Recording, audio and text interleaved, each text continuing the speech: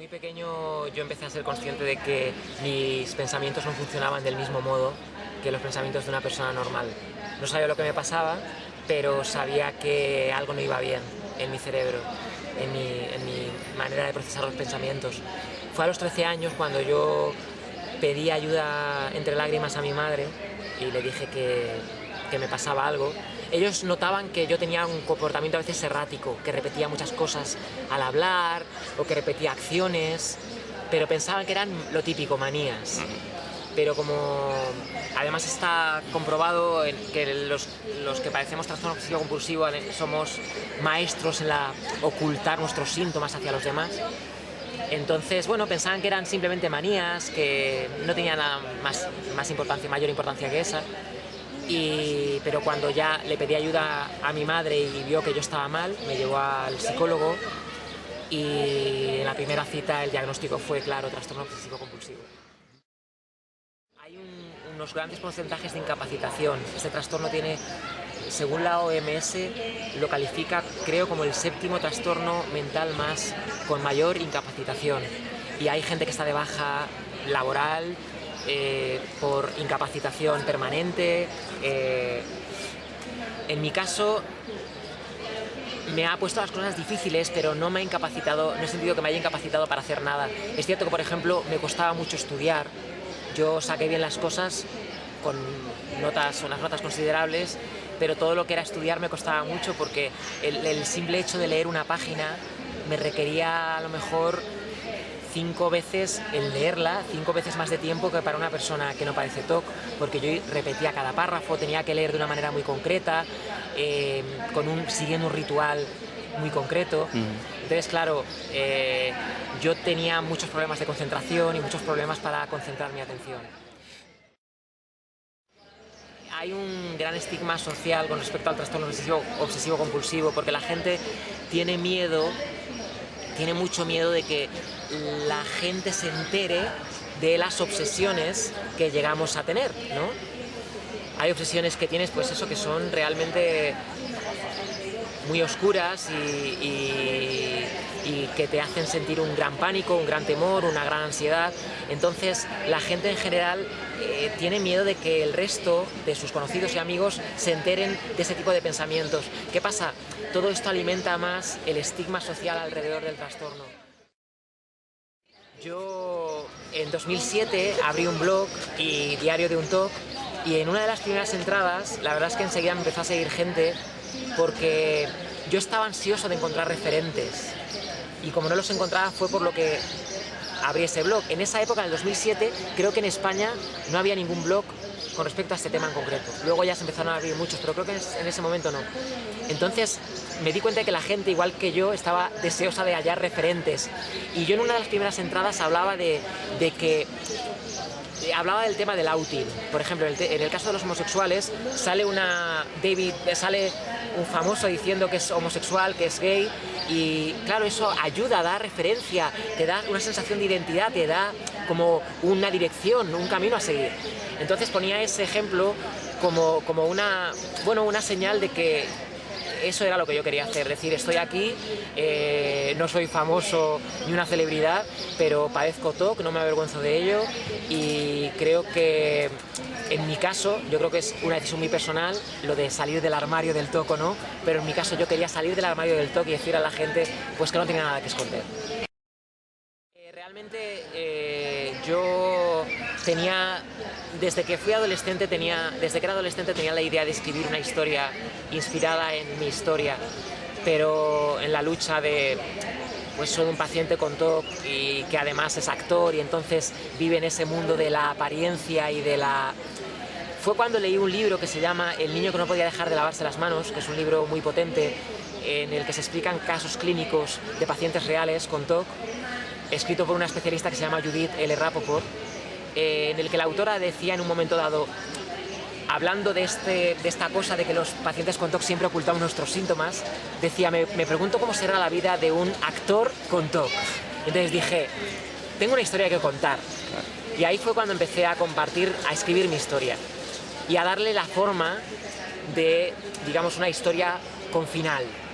Y tardé muchos años en escribirla porque fue creciendo un poco paralelamente a mi propia historia. En el libro hay capítulos que son calcados de mi vida, hay otros que son completamente inventados y hay otros que son vagamente inspirados, ¿no? Pero hay capítulos que son calcados de mi vida. Y bueno, en cuanto lo terminé, pues decidí publicarlo en Amazon, autopublicarlo y darlo a conocer así.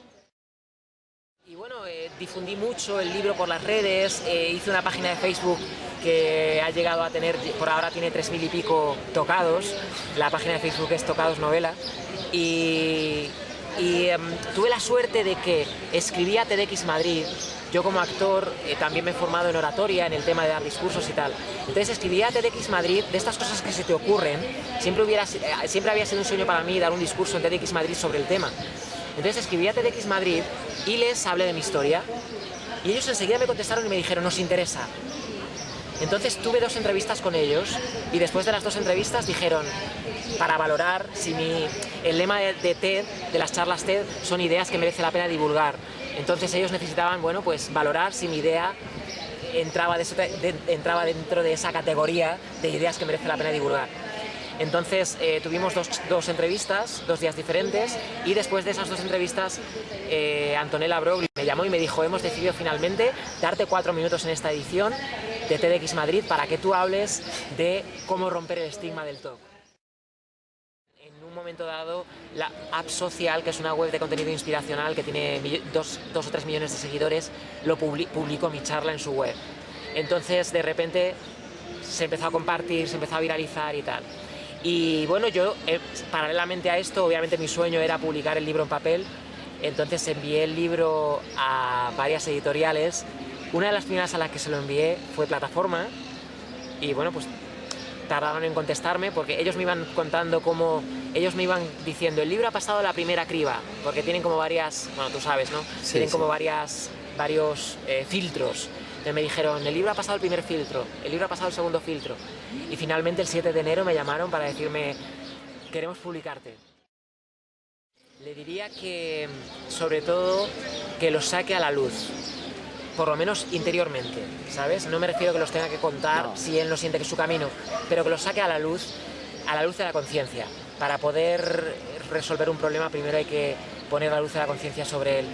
Y yo siempre, hay una frase que uso mucho en el libro, que es que yo estoy convencido de que quien ha creado una puerta y un cerrojo también ha hecho una llave. Yo estoy convencido de que dentro de cada uno está esa llave que nos permite superar el TOC, vivir de una manera más feliz. Yo sigo padeciendo TOC, el TOC es un trastorno, yo siempre digo el TOC no es una enfermedad, es un trastorno, entonces es previsible que yo probablemente cuando tenga 80 años siga padeciendo TOC, pero a un nivel como ahora, que no me afecta a mi vida diaria, tengo una vida completamente normal, una vida completamente feliz, y mis obsesiones pues se han rebajado como hasta el 20%. Entonces, lo que le diría es que se dé cuenta sobre todo de que los pensamientos tienen el valor que tú le das. El problema con la gente que padecemos TOC es que les damos un valor exacerbado a los pensamientos y eso nos hace pensar que realmente, bueno, si nos dejamos llevar por esas obsesiones que tenemos intrusivas y no hacemos tal cosa, podemos evitar que ocurra cierta catástrofe. Pero todo es por el valor que le damos al pensamiento. Es cambiar el paradigma mental. Y lleva un tiempo y lleva sobre todo voluntad, pero es posible.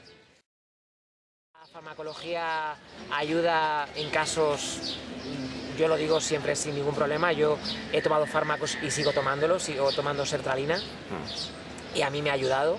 Y es una suerte, porque encontrar un fármaco que te ayude y que no te provoque mucho efecto secundario es una suerte.